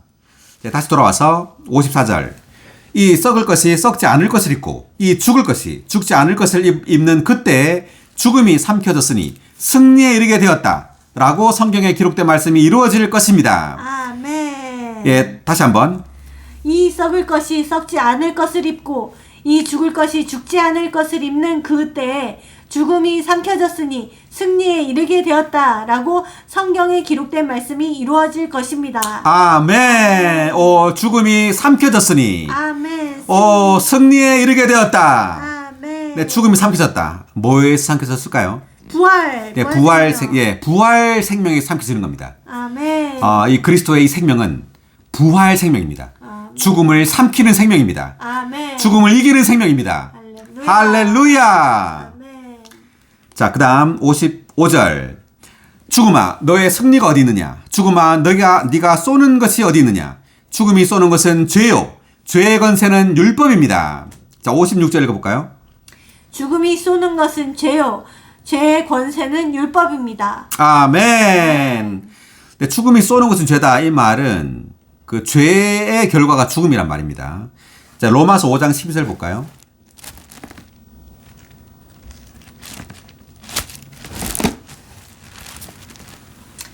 그러므로 한 사람을 통하여 죄가 세상에 들어왔고 죄를 통하여 죽음이 들어온 것 같이 모든 사람이 죄를 지었으므로 죽음이 모든 사람에게 두루 퍼졌습니다. 네, 한 사람이 아담을 통해서 죄가 들어왔다 말을 하죠. 이 죄는 바로 사실 사탄 자신이에요. 사탄의 그 악한 본성이 바로 죄입니다. 사탄이 밖에 있을 때는 사탄이지만 우리 사람의 존재 안에 들어왔을 때는 죄라고 불리죠. 그 로마서에 보면 7장에. 근데 죄가 들어오면서 죄를 통해 뭐가 왔다고요? 죽음이 들어온 거예요. 네, 그래서 모든 사람이 죄를 지었으므로, 그러니까 우리 안에 있는 이 내주하는 죄에 의해서 죄를 짓는 겁니다. 죄를 지음으로 죽음이 모든 사람에게 두루 퍼졌습니다. 자, 그리고 죄의 권세는 율법입니다. 이렇게 했는데, 자, 이 말은 로마서 7장 볼까요? 7장 7절.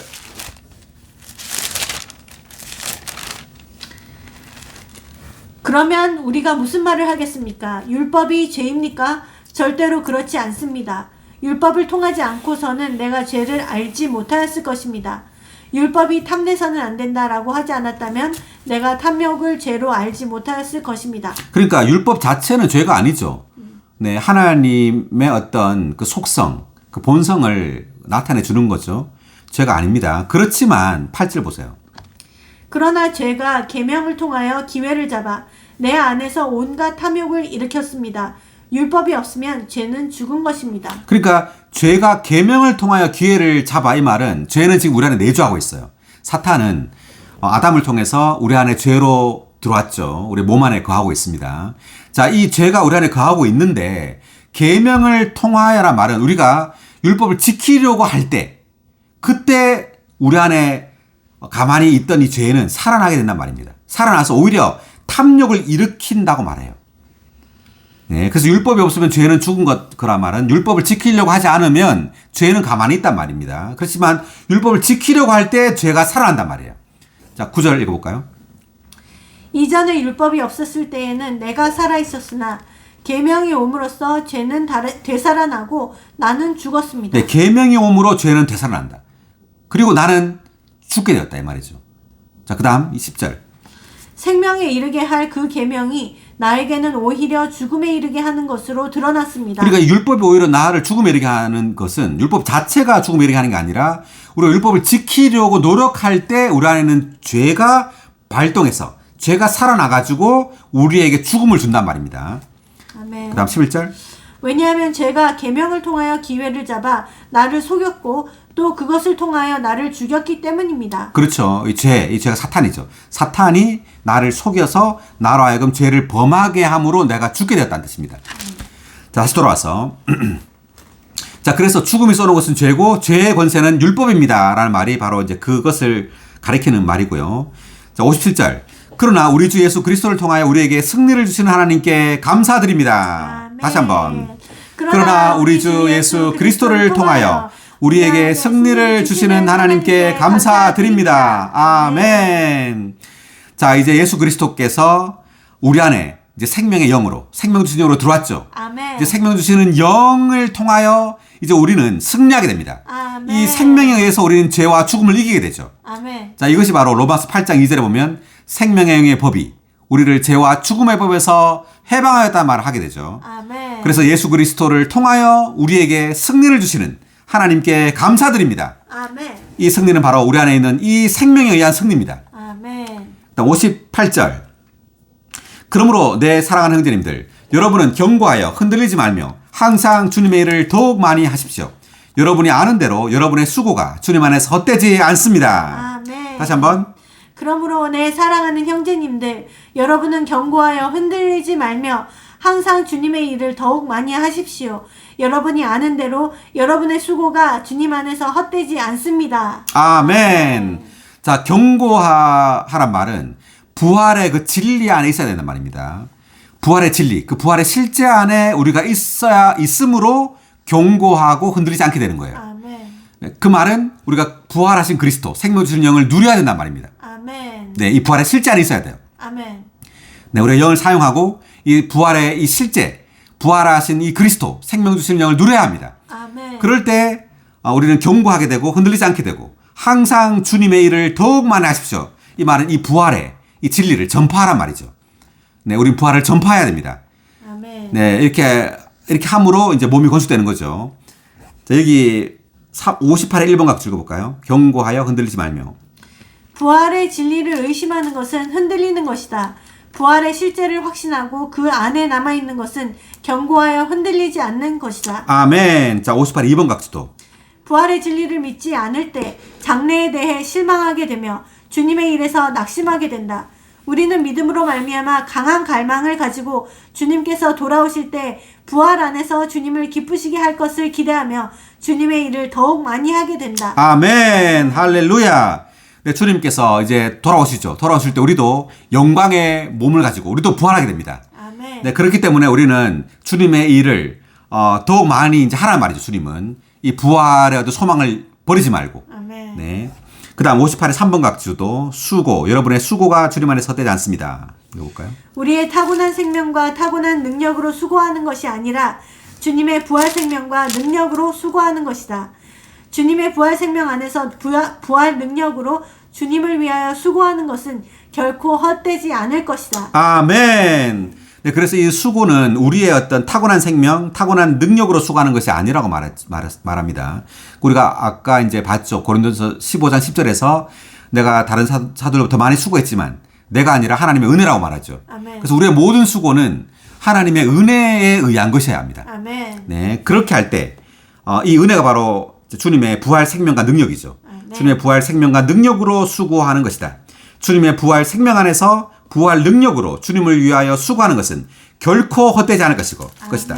이렇게 수고할 때 계속 죄인들에게 그리스도를 전파하고 성도들에게 생명을 공급하며 과정을 거치신 삼일 하나님에 대한 체험인 금과 은과 보석으로 교회를 건축하여 하나님의 영원한 목적을 이루게 될 것이다. 네, 그러니까 우리가 이제 부활 생명에 의해서 교회를 건축해야 된단 말이죠. 아멘. 네, 이 부활 생명, 하나님의 은혜를 누림으로 이 하나님의 부활 생명을 공급함으로 교회를 건축하는 것이 바로 금과 은과 보석으로 교회를 건축하는 겁니다. 아멘. 네, 고린도서 3장 12절에서 그죠? 금과 은과 보석, 나무와 풀과 집. 네, 그래서 주님이 이제 불로 심판한다 그랬죠. 우리가 하나님의 은혜에 의해서 수고를 했느냐, 아니면 나의 능력과 어떤 나의 열심으로 수고를 했느냐에 따라서 주님은 이제 불로 이제 태울 것인지, 아니면 보상을 줄 것인지를 결정한단 말이죠. 아멘. 자, 그다음 계속. 이 수고에 대해서는 돌아오시는 주님께서 의인들이 부활하는 날에 보상하실 것이다. 아멘, 할렐루야. 아멘. 우리는 주님의 부활을, 이 부활 생명을 누림으로 교회를 건축하기를 원합니다. 아멘. 오늘 고린도전서 15장 여기까지 하겠습니다. 수고하셨습니다.